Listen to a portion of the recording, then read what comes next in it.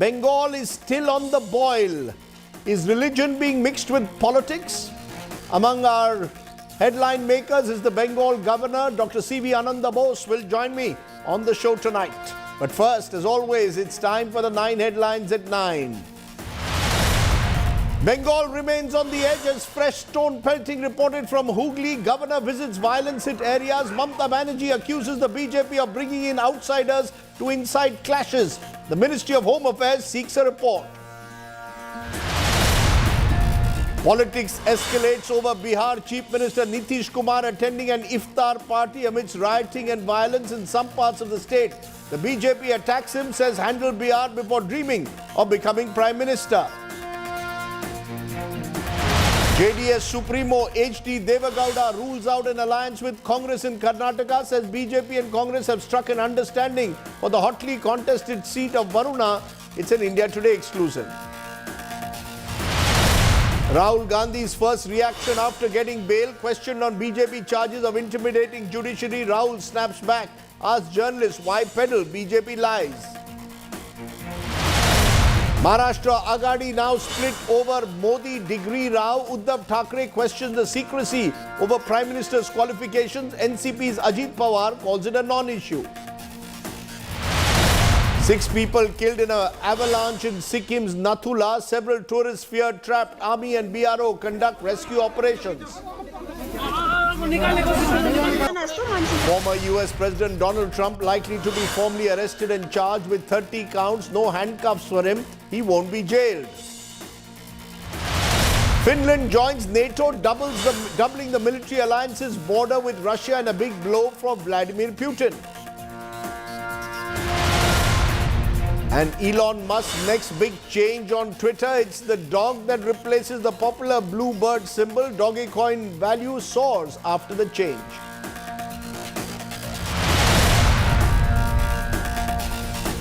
But our top story tonight, Bengal continues, or parts of Bengal continue to be on the edge. A fresh round of violence has erupted in Rishra in Hooghly.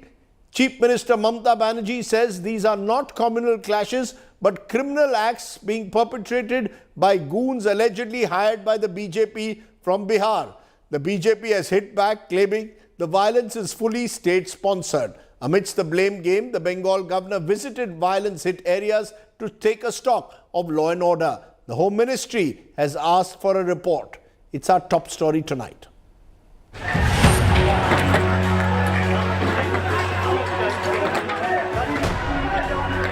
96 hours and counting, parts of Bengal still remain on edge. Rishra is now the latest town to witness widespread violence, with pelting and clashes leading to trains being disrupted. In an attempt to quell tension, Bengal Governor Ananda Bose visited violence-hit Rishra with a message of peace. This is a pernicious trend.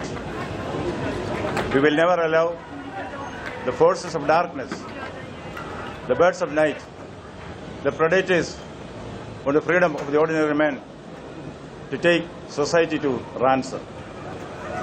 We will take strict action against the wrongdoers. People of Bengal have suffered enough. But the politics continues unabated as politicians add fuel to the raging fire. After being blocked from visiting Howrah, Bengal BJP chief Sukanto Majumdar was once again stopped from visiting Hooghly. Police बोल रहे हैं कि 144 है impose है, जो 144 आज सुबह 8 बजे इम्पोज किया गया सिर्फ हमारे धरना को रोकने के लिए। जहां पे हमारा धरना था उससे नजदीक में दुबारे सरकार चल रहा है, जहां पे हजारों की संख्या में लोग आने की संभावना है। आप 144 में बोलते हैं कि लॉ ये है कि 5 आदमी से ज्यादा असेंबली पॉसिबल नहीं है, लेकिन हम 2 आदमी जाना चाह रहे हैं, फिर भी पुलिस हमें रोक रही है without any valid reason. But warding off all questions over a failure of law and order, Chief Minister Mamata Banerjee has once again cried conspiracy, this time blaming outsiders for the violence that's ravaged her state. বন্দুক নিয়ে চলে আসছে মুঙ্গের থেকে, ওকে মুঙ্গের থেকে ভাড়া করে নিয়ে আসছে। আর বাংলায় যারা দাঙ্গা করছে প্ররোচনা দিচ্ছেন এবং দাঙ্গার মাথা দাঙ্গার সাথে যুক্ত, আমি তাদের রিয়াত করব না। The BJP, however, has hit back, putting Mamata in the dock. Trinamool, CPM, Congress सब लोग एक है। जो 34 साल में पश्चिम बंगाल के ऊपर राज किया है वही लोग तृणमूल में आके अभी राज कर रहे हैं। और बीजेपी एका जो है वो खुद लड़ते हैं, जनता के लिए लड़ रहा है और हिंदुओं के बचाने के लिए लड़ रहा है। आगे भी रहेंगे, अभी भी करेंगे, अभी भी इसको बचाएंगे। Meanwhile, this video showing a youngster holding a pistol during the Ram Navami procession was widely shared by the Trinamool. The 19-year-old boy has now been arrested from Bihar's Munger, but it hasn't stopped the political showdown. With internet off and 144 section being promulgated over here in not only Hooghly's Rishra but also Sri Rampur, the area where BJP wanted to conduct a dharna with Shukanto Majumdar being under section 144. The situation over here in Hooghly remains a bit tensed. However, no reports of violence has surfaced since last night. With camera person Prasun, this is Suryagni Roy for India Today, Hooghly.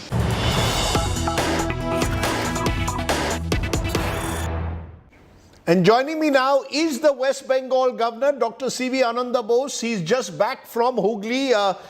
Appreciate your joining us, Governor Saab. What are your first impressions when you went on ground zero to some of the areas in Hooghly where the violence has taken place? Give us a sense of your first impressions.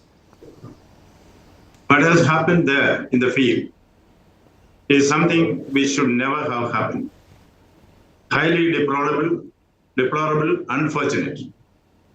The lumpen elements in society, if I may make it very clear, the criminals, the rowdies, the hooligans had a field day. People's rights were trampled upon. Democracy was being degenerated into mobocracy. There was a time, maybe a few hours, where the rule of law was thrown to the winds by the hooligans. The people were afraid. Their rights were encroached upon. Their dignity was shattered. And there was lawlessness everywhere for a time being. But then, of course, the authorities have sprung into action. There is a situation where the people felt that what they want is action, not an alibi for inaction. People want to live in peace. That is their right. Their right has been snatched away by those unruly elements. We have to apprehend them. Their only place is behind the bars. That is where action is called for. That is where action will be there. The take-home which I had from the field is that the perception of the common man is at times different from the perception of the establishment. Both should converge. The first duty of a governor is to the people. The second duty is to the people. The third duty is to the people. Therefore, I will be the people. I will think from their side, and I will ensure that the rule of law is established and the constitution is upheld. And fortunately, all the stakeholders are also sharing the same view. Therefore, I think we will have a united action to see that situation is brought to the normalcy. Already, it is limping back to normalcy. Mr. Governor, you yourself have been an IAS officer in the past. The big question, of course, is where does the buck stop? Because you've got the state government, the state chief minister blaming the BJP claiming that the government has been engaged in Muslim appeasement, allowing, and therefore this has created a political crossfire. You spoke there about common citizens, but they are caught in this political crossfire. So where does the buck stop, Mr. Governor? With the chief minister and the government of West Bengal? I would like to play within my term. Politics is a field which I am not used to. I am not competent. I am not temperamentally inclined to comment on the grammar of politics is unknown to me. But the grammar of the constitution is well defined. The grammar of rule of law is well defined. I will go within that. I do not apprehend any difficulty in finding a solution to this. The solution is nearing completion. We will see that the muck is cleared and the buck stops where it should. Even every authority decides to do his duty. India expects every man to do his duty, and as governor, I will ensure that I will go with the cooperation of all concerned. All stakeholders will come together, we'll keep together, we'll work together. Coming together is beginning, keeping together is progress, working together is success. we will achieve success. No, when you say as your governor you will do your duty, there have been calls for intervention. We are told that the Home Minister of the country, Amit Shah, spoke to you a couple of days ago. The BJP has been calling for governor's intervention. When you say intervention, what specifically do you intend to do? Are you going to speak to the Chief Minister? Because Hanuman Jayanti is there in 2 days. The Chief Minister has already expressed concern that there could be elements who are trying to stir up more communal violence. So what exactly is your role now? If the Chief Minister has anticipated trouble during Hanuman Jayanti, that is the first step. We have to be forewarned to be forearmed. Now the forewarning is there. We will be forearmed. We will take a decision, and we will see that such untoward incidents do not happen. There will be concerted efforts. And as far as your question about the Home Minister, the Union Home Minister, talking to the governor, I think discussions will take place at that level. I would not like to bring it to the public domain. We will all act in unison. We will see that law and order is maintained. People will be able to live in peace and harmony. But you're going to stay out of this blame game that's going on the ground between the TMC and the BJP, because that is, in a way, many believe inflaming the passions because politics is playing a role. You're going to stay out of that. Am I clear? I am there for another game that is a win-win game, not for the blame game. What is your message, though, to the people, finally, Governor? Because there are people, as you said at the outset, common people who've been caught in the crossfire, who've lost their property or have suffered as a result of violence. What is your message to the people? My message to the people is to realize their inner strength. There is nothing which can beat that. Once a common man realizes his inner strength, no force can prevail over that. The silent majority should not remain silent. They should start asserting themselves. We see in India, under Prime Minister Narendra Modi, we have become an assertive India. India is great. We should assert we are great.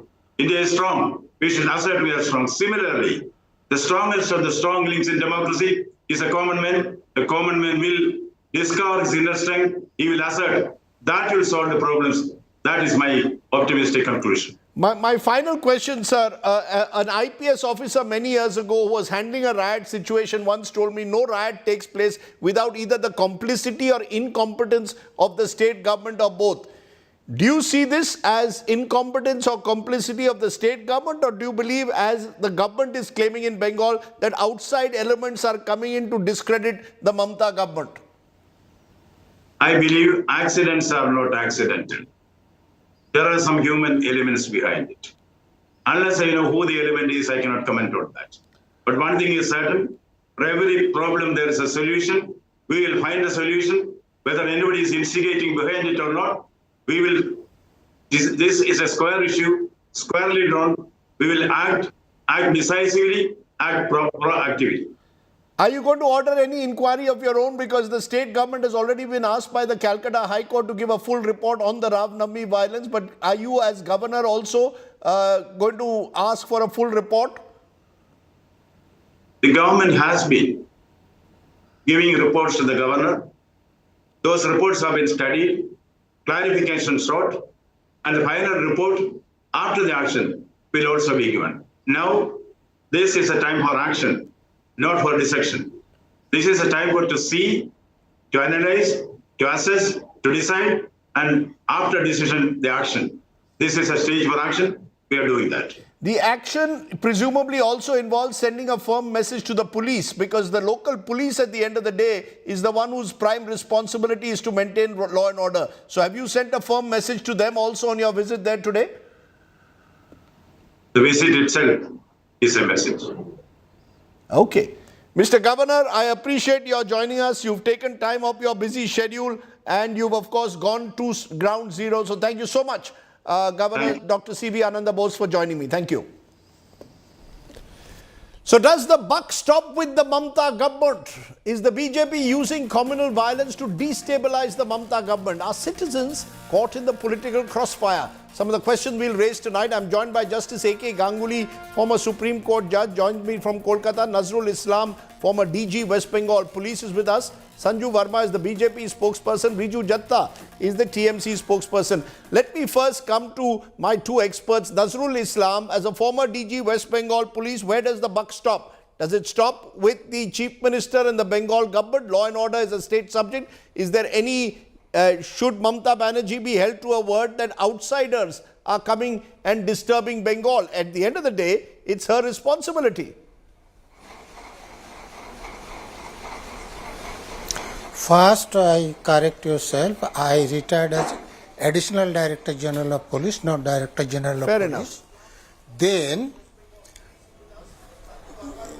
without admitting, if you presume that the violence in Shivpur or Rishra was done only by the BJP people, not by the TMC people, then also it was the duty of the police to prevent it.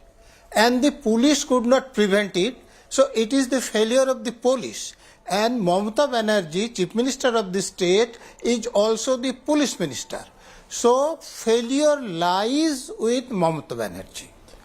My personal view is that as the ruling party leaders of the state is very much discredited by the recruitment scam and the result of Sagordiki by-election and the procession at Bogtui has revealed that the Muslim vote bank is on the wane. I think Mamata Banerjee is orchestrating these things to divert the attention from the recruitment scam and repairing the Muslim vote bank. I am giving one example. From the Dharna Manch in Kolkata, she said that this is a month of Ramzan, the period of sacrifice, and Muslims cannot commit any crime. I think she is absolutely wrong on many counts. First, she is not definite about the sacrifice. I think with the Eid al-Adha and this Ramzan, he could not differentiate. And I am giving another example. Before the Muhammad also, in the Arabic 12 months, there are 4 months in which war is prohibited. One of the month is Muharram. The meaning of the Arabic word is forbidden.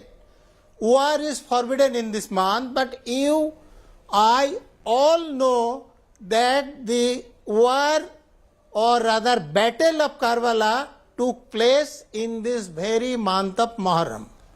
So, as it is Ramadan, the Muslims cannot commit any crime is absolutely unwanted, and he stated it with an intention of consolidating the vote. Okay, so you're saying Mamata Banerjee is trying to use this to consolidate her Muslim vote bank. Your point is taken. Let me come to Justice Ganguly. Justice Ganguly, your view. Who do you hold? Where does the buck stop? No, first of all, let us admit one thing, that West Bengal police administration is not impartial. It is run on party lines. It is being done for not today. It is being done for the last several years. That you see, any crime is committed, the state police is silent. One has to fall back on CBI. The High Court does it very frequently for an investigation. So the recent scam which has come out in the recruitment, entire investigation in the hands of CBI. It's a very sad commentary for the state police. This is one thing. And on the other hand, I must tell you, I also live in a mixed area. Previously, say 5 or 10 years back, the Ram Navami processions were never carried with swords and long sticks. You cannot do that. This is also prohibited under the Constitution. Your right of carrying a procession, the Constitution says, He has to be peaceful and without arms. An armed Ram Navami procession was not the order of the day in the past. Similarly, the Muslims do the same thing during Muharram. That is also bad. These has to be tackled irrespective of religion. Law and order has to be maintained on a constitutional basis. So that is sadly lacking in this country. You're making a very now important things point. have gone beyond control. Now Mamata Banerjee is blaming outsiders, another political party, and now it's a blame game that is going on, and common man suffers. Let me stop you for a moment. Both of you have raised very important points about the nature of politics being played out. Are politicians playing with fire? Riju Datta, you are listening first to Nazrul Islam, former ADGP, making it very clear he believes that pandering to vote bank politics could be part of the reason for what has happened in Bengal. And you've got Justice A.K. Ganguly also pointing out the manner in which Ram Navami processions are taking place with swords and lathis and a sense of militaristic processions taking place. Your response first, Riju Datta, and then I'll come to you, Sanju Verma. Is the Trinamool Congress playing with fire by pandering to Muslim vote banks?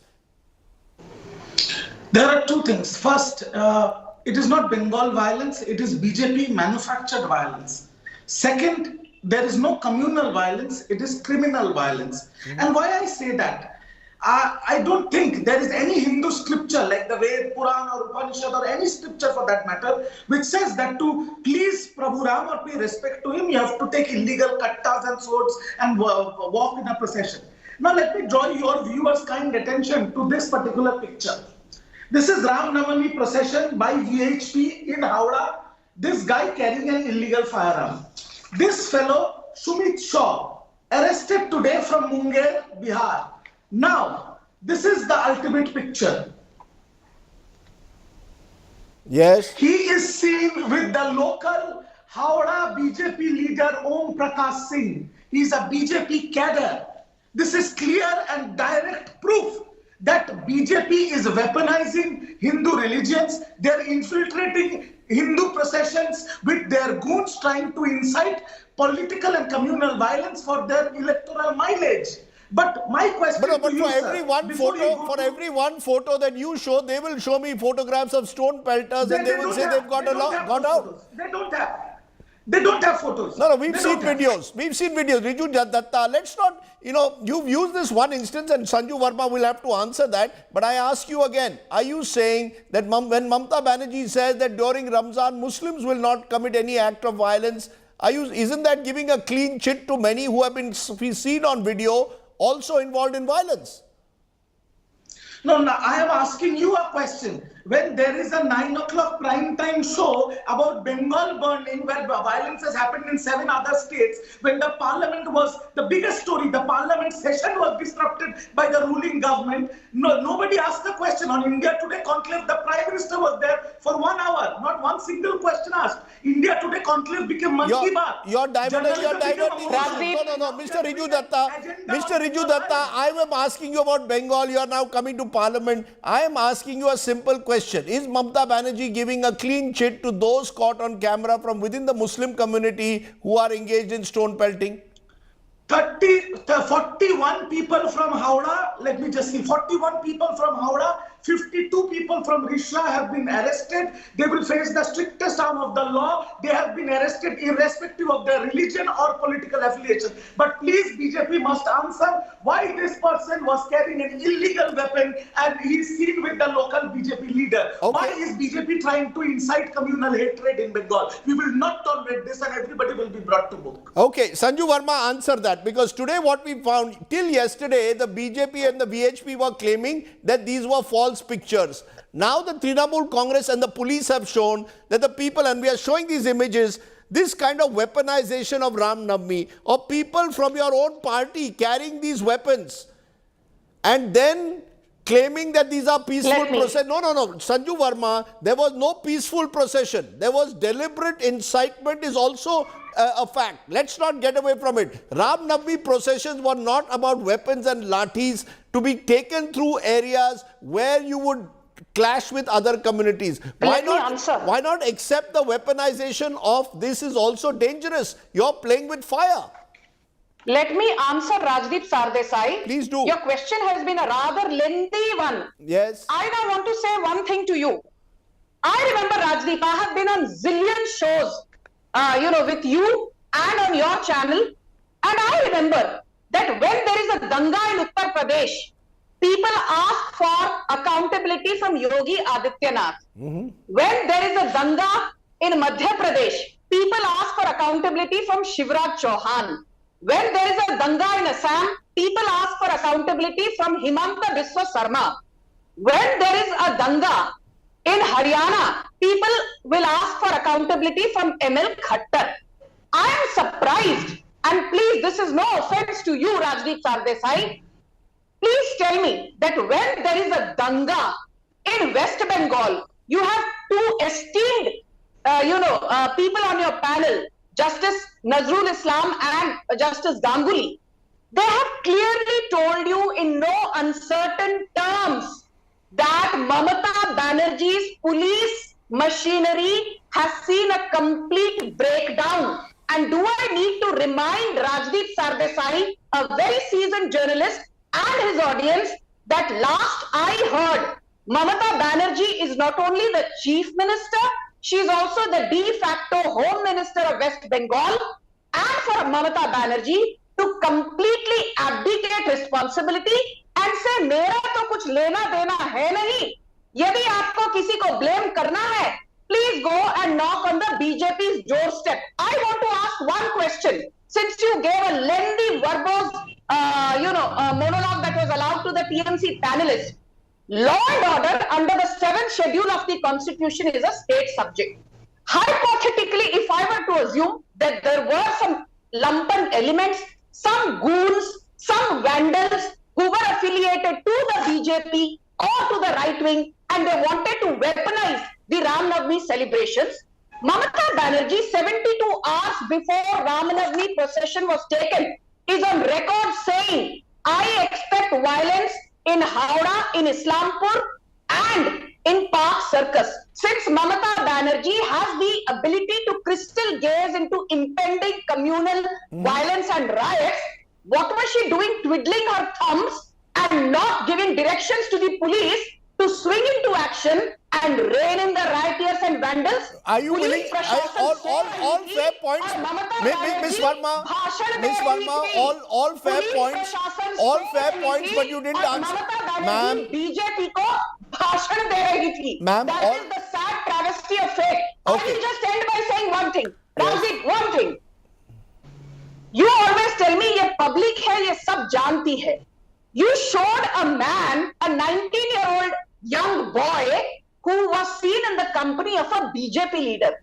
Please go and check the timeline of Suvendu Adhikari, Sukanta Majumdar and our BJP MPs from Bengal. You will see that there are videos where Kalyan Banerjee is seen in some photographs, and people close to Kalyan Banerjee, who's a member of parliament from Serampore of the Trinamool Congress, people close to Kalyan Banerjee were seen indulging in vandalism.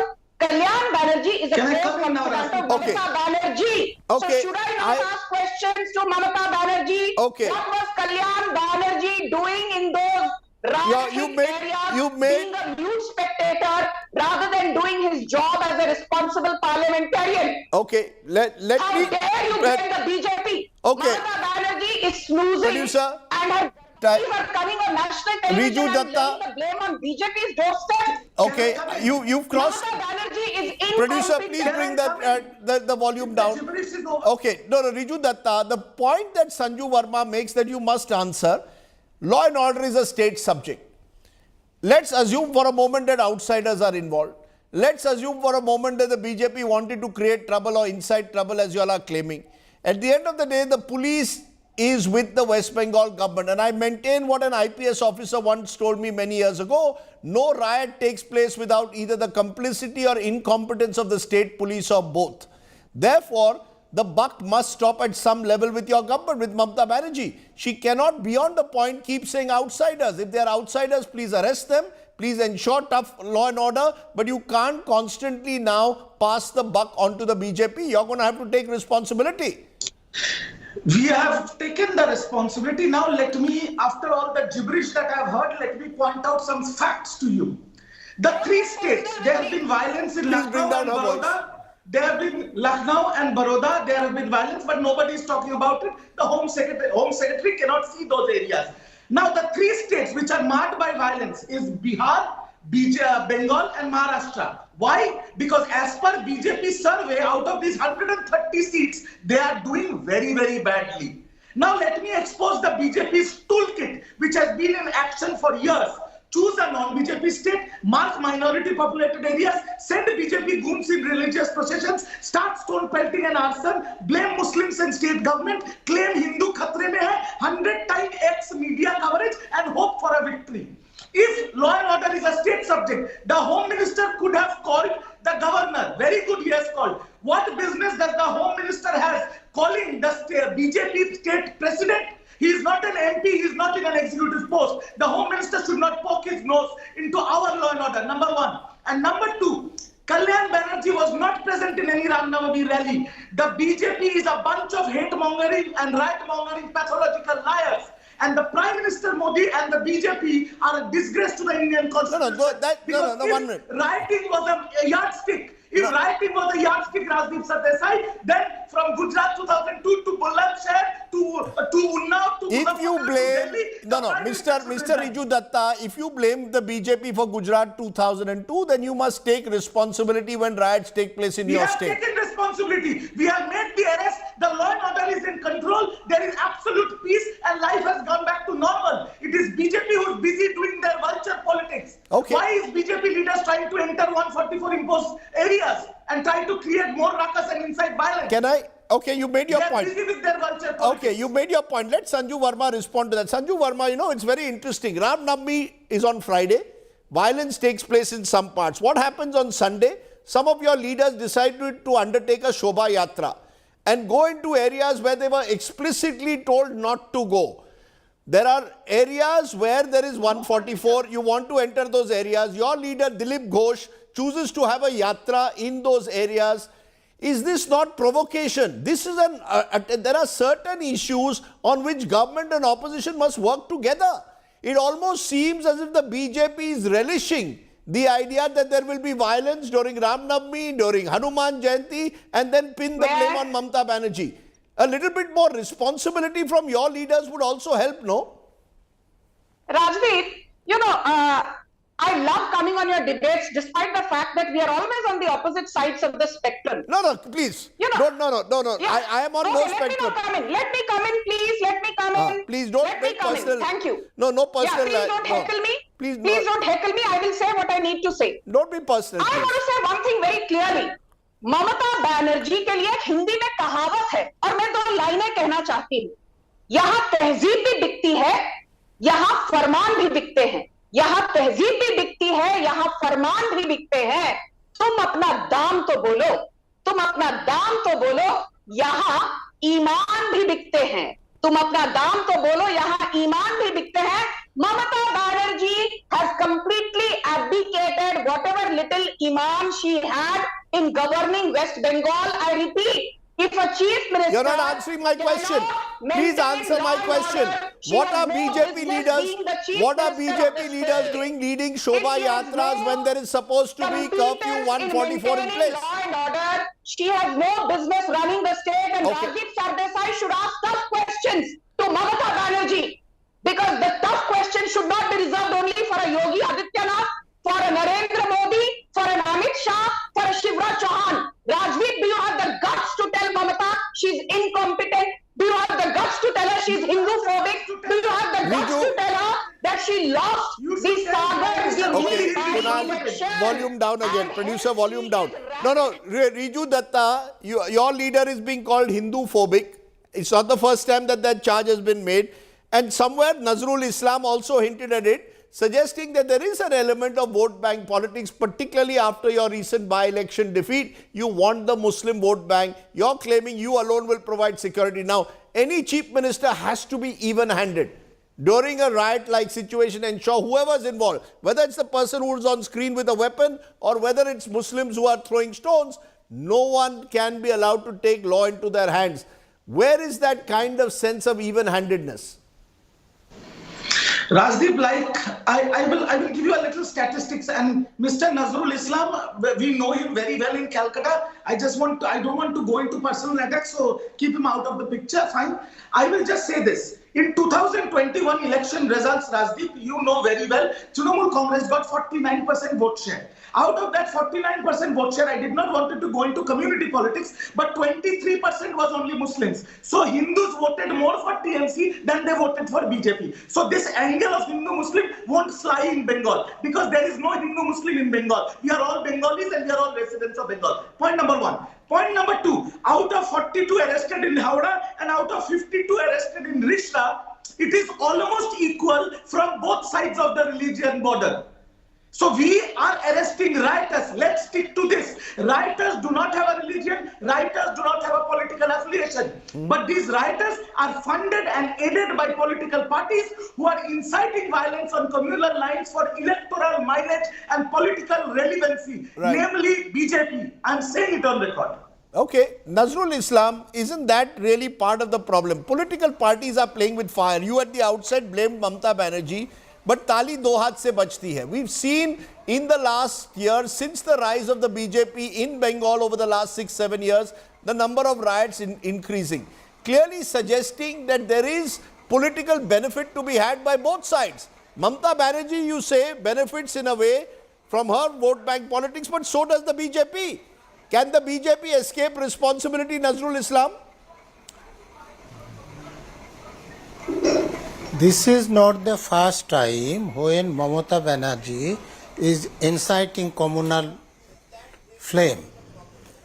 Sometime before, when the journalist asked her his response rather for Iftar party, whether she will go to the Iftar party, she curtly told, yes, I appease Muslims and I shall go to the Iftar party, and said, the cow which gives milk, we have to take its kick.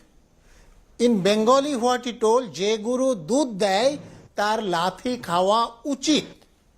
Eta to completely communal utterances. So she has been doing it continuously. Okay. And in Shivpur or in Rishra, without admitting, I am assuming that it was only the BJP people who are creating problem. But police is not only those persons who wear uniform. There is intelligence branch. There is special branch. These people collect information and feed to the boss and the political leaders also, the police minister. Mamata Banerjee is the police minister of the state also. Okay. So, you know, and from the interview of the footpath. No, Nazrul Islam, you are saying there is an intelligence, there is clearly an intelligence failure, and that point, Riju Datta, has to be accepted. No. There was no intelligence failure. There were instructions not to act as per law. That's a very serious Banerjee charge. Has made the police their party Nazrul Islam, that's a very serious charge you are making. There were instructions not to act as per law. No, ma'am, I am giving one example. Rajdeep has been exposed. Nazrul Islam was a CPR cadre. During the CPR era, he used to carry the suitcase. That is the problem with Rajdeep Sardesai. What a disgrace to the post of ADG. Please put Riju Datta and Sanju Verma's this. You wanted to give an example. You have made a very serious charge, Nazrul Islam, on the program today that instructions were given. I am giving one example. Please give. After the municipal election in Jhalda, Purulia district, both parties, there was tie. So the officer in charge of the police station is talking to a Congress councillor that if he joins Trinamool, he could not be made chairman, but he could be made vice chairman. and after some time this councillor was murdered. I am asking the question, can a police officer assure that he will be made vice chairman by the ruling party? Is it the work of a police officer or it is the work of a ruling party leader? So what you're saying the West Bengal politicization. nowadays- Sir, I take your point. You're saying the politicization of the police is a large part of the problem in Bengal. The police, you claim, are not being neutral at a time like this, and that is why, one of the reasons why the chickens have come home to roost in Bengal. Bengal therefore faces a serious crisis of credibility. Riju Datta, Sanju Verma, you are all putting your hands up, but we can go on about this. End of the day, the buck must stop somewhere. And the belief is the buck must stop with the Chief Minister, because the Chief Minister... Hindu-phobic and incompetent. Those are your words. I will not use adjectives, ma'am. Mamata Banerjee is Hindu-phobic and incompetent. That's your word. Mamata Banerjee has been overseeing the largest amount of communal rights. Who is Hindu? Ma'am, I don't think, No. Asansol riots, Jadavpur riots, Sitakulchi riots. How have these riots? When will Mamata Banerjee resign? Will Rajdeep Sardesai ask tough questions to Mamata Banerjee? No. Rajdeep Sardesai will only Rajdeep Sardesai is a hapless anchor listening to different voices.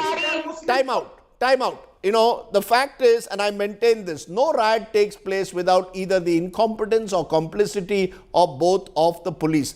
Now, in Bengal, at the moment, the violence has been brought under control. What is needed is even-handedness to ensure that all those responsible, whether it is a goon with a gun or whether it is someone who is seen pelting stones, both are unacceptable. Questions must arise over the manner in which Ram Navami is being weaponized, and that is dangerous, and the manner in which Islamist groups in some areas are responding with violence. Both are unacceptable. Who threw the first stone, who threw the first gun is not the answer. The answer is even-handed police that ensures law and order above all else. The Mamata Banerjee government, therefore, is on test. And the BJP too must ensure that its local units do not try to provoke violence in any form. Think about it. Let's turn from there to the other state that remains tense with communal violence.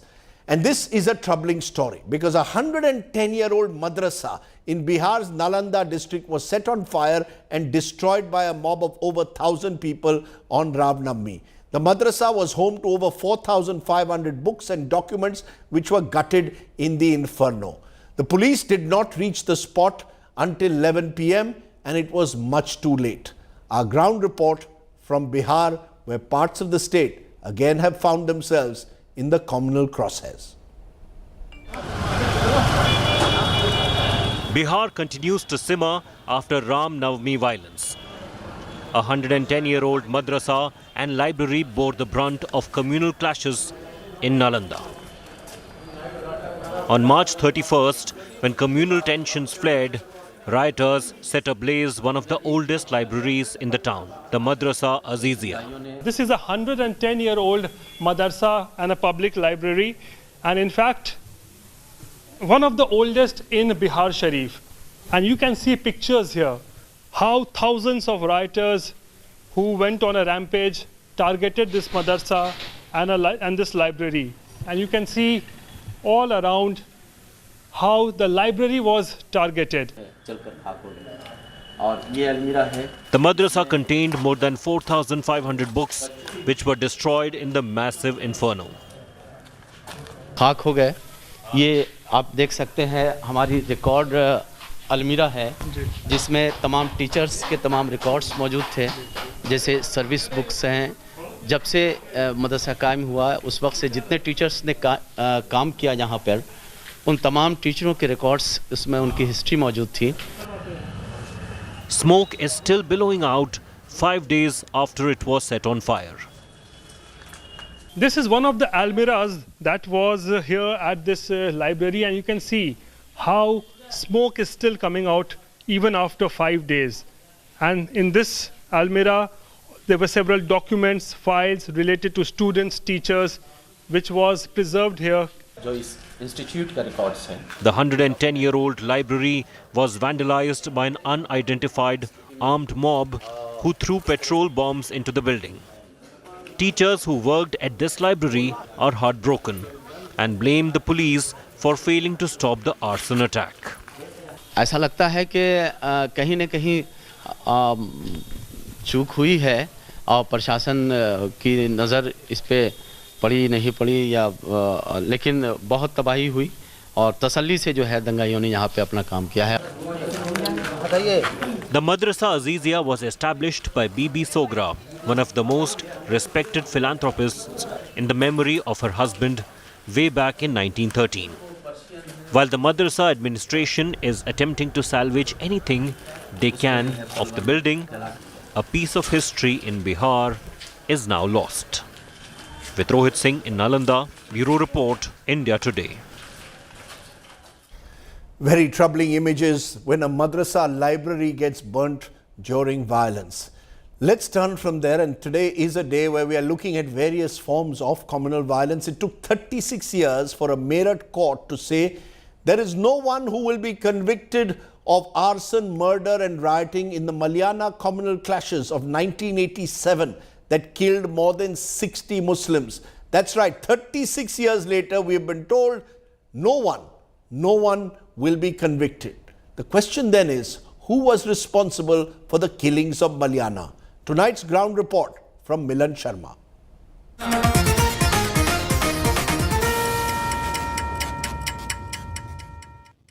दिल का टुकड़ा था वो तो हमारा। औलाद तो अपने माँ के कितनी भी हो सबकी आवेगी, चाहे 10 हो चाहे 1 हो या 2 हो। हमारे जी का हमें तो पता उस टाइम पे हमारे पे क्या बीत रही थी। 63 Muslims killed in 1987 in a deadly massacre in Meerut's Malayana. And now, 36 years later, a Meerut court has acquitted 40 people accused of arson, murder and rioting in the communal clash case, citing lack of evidence. In the riots that broke out 3 decades ago, in the backdrop of the unlocking of the Babri Masjid for Hindu worship in Ayodhya, Mundi lost her 8-year-old child. तो हमारा बच्चा था इतना बड़ा जितना ये है, वो क्या नाम थी चौक में से न्यू आके अपने घर पे आ गया हाथ छुटा के बच्चों से, उस आग में जला दिया, आग लगा रखी थी सारे घरों में हमारे। Vakil Ahmed was shot twice when the armed UP police force, the provincial armed constabulary, rained bullets at the homes of Muslims. तकरीबन 140 मकानों को जलाया गया और खत्म किया गया। इस सबसे अहम कमी रही पुलिस प्रशासन की। पुलिस प्रशासन क्योंकि इसमें खुद हमलावर थी तो वो काहे को इंसाफ दिलाती।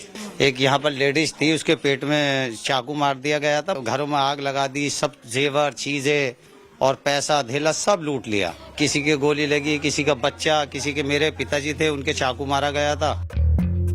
Case was filed against 93 people on May 24th, 1987. Some culprits were identified. Others managed to get away. Today, 40 have died and the others still cannot be traced. There hasn't been a single conviction for these cold-blooded murders. Kailash Bharti spent months languishing in the Agra jail and today is one of the 41 who has been acquitted by a Meerut court. हमें यकीन था न्यायपालिका पर कि हमें न्याय मिलेगा। 24 तारीख को 2 मिलिट्री वाले मेरे पास आए यहाँ पे, वो कहने लगे कि वकील साहब गांव के मौजूद लोगों की जो कल गड़बड़ हुई है, मौजूद लोगों की एक मीटिंग हो रही है शांति व्यवस्था बनाने के लिए। वो मिलिट्री के लोग मुझे लेके चले गए, बिल्कुल जिसे कहते हैं ना झूठा, बिल्कुल झूठा फंसा के एकदम ले गए। 800 court sittings over 36 years, all culminating now in an acquittal and not a single person held responsible for the carnage. But families of the victims haven't given up and have vowed to continue the legal fight.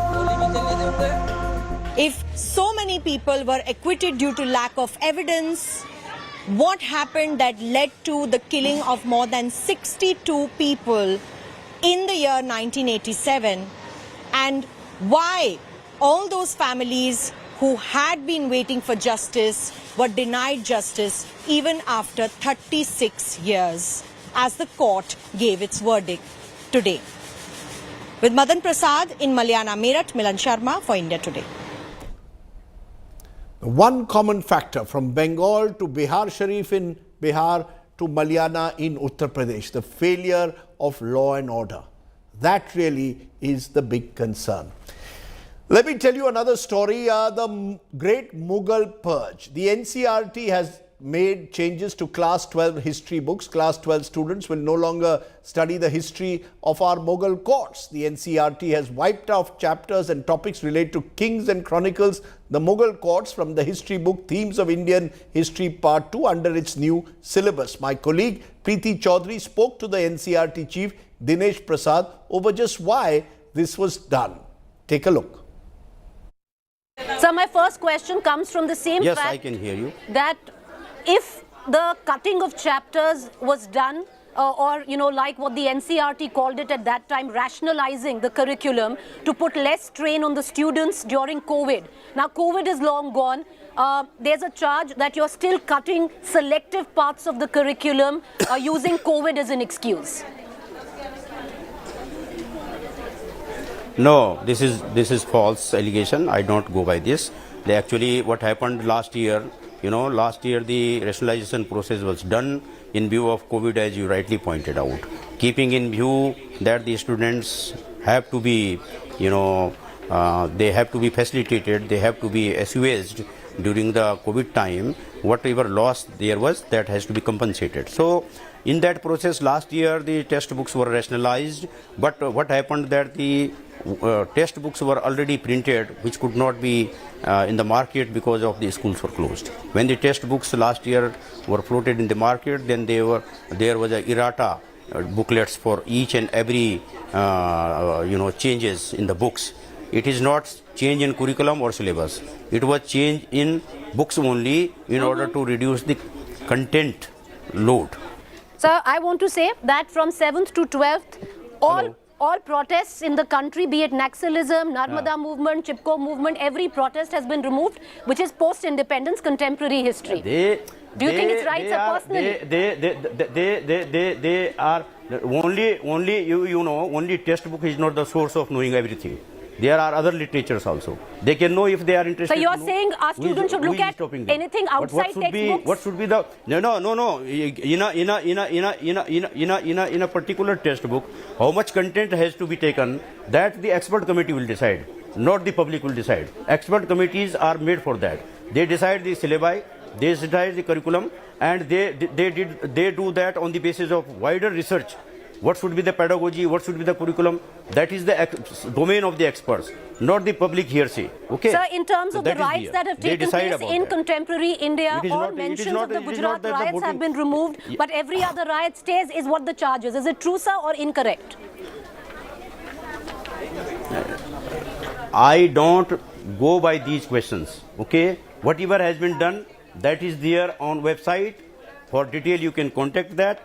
And people, if they say something, hearsay cannot be part of academic discourse. Only academicians decide what should be in the part of the textbook, what should be the part of curriculum. That is the domain of the experts, academicians, and not the public hearsay and not the TV debate. Okay, there you've got a defense that the government or the NCERT is giving for why the Mughals will not be in class 12 syllabi. Who built the Taj Mahal? Will the next generation know? Let's take a break. On the other side, we'll bring you our Good News Today story. You're watching the News Today. News without the noise.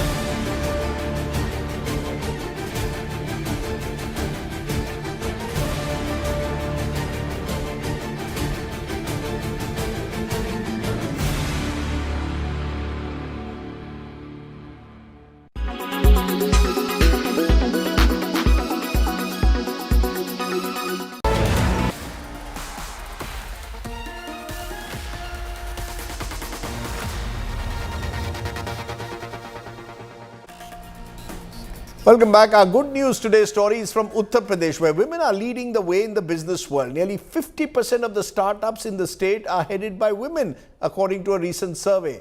These women startup owners are, in their own small way, making a big change. Take a look. It's our good news today story. Stay well, stay safe. Good night, Shubhratri, Jai Hind, Namaskar.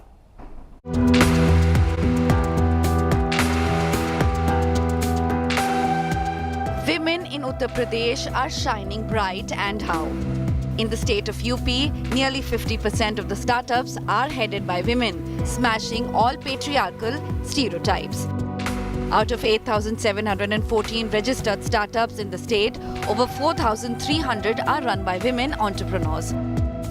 Anushka Srivastava founded Animist Earth, which deals with eco-friendly handicrafts and traditional products. This has been her dream, which she says she's finally conquered. Hobby को आप passion को कैसे आप money में convert करोगे, तो वो उस लिए मैंने एक ई-कॉमर्स वेबसाइट शुरू करी जहाँ पर बेसिकली ज़्यादातर विमेंस एंड हाउसवाइफ्स और आर्टिजन्स हैं, ठीक है, जिनको हम लोग प्रोडक्ट जो लोग बनाते हैं उनके प्रोडक्ट की हम लोग अपनी वेबसाइट पे लिस्टिंग करवाते हैं. In the outskirts of Lucknow, Vandana Singh's business of eco-friendly incense sticks is thriving. She's now running a successful business both offline and online. इससे जो हम लोगों का लाभ हो रहा है, इससे करीब 7 महिलाएं यहाँ पर रोजगार कर रही हैं.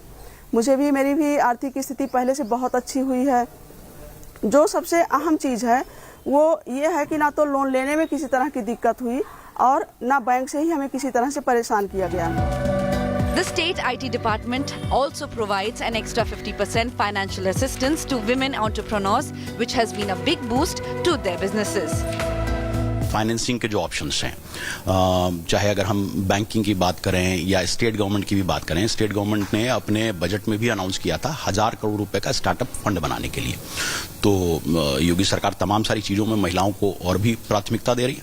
तो मुझे लगता है कि तो जो वो उस स्टार्टअप फंड जो उत्तर प्रदेश सरकार बना रही है उसको भी महिलाएं अवेल कर सकती हैं. There are countless stories like that of Anushka and Vandana in UP. Inspirational women who are now steering the wheel of change. With Shilpa Sen in Lucknow, Bureau Report, India Today.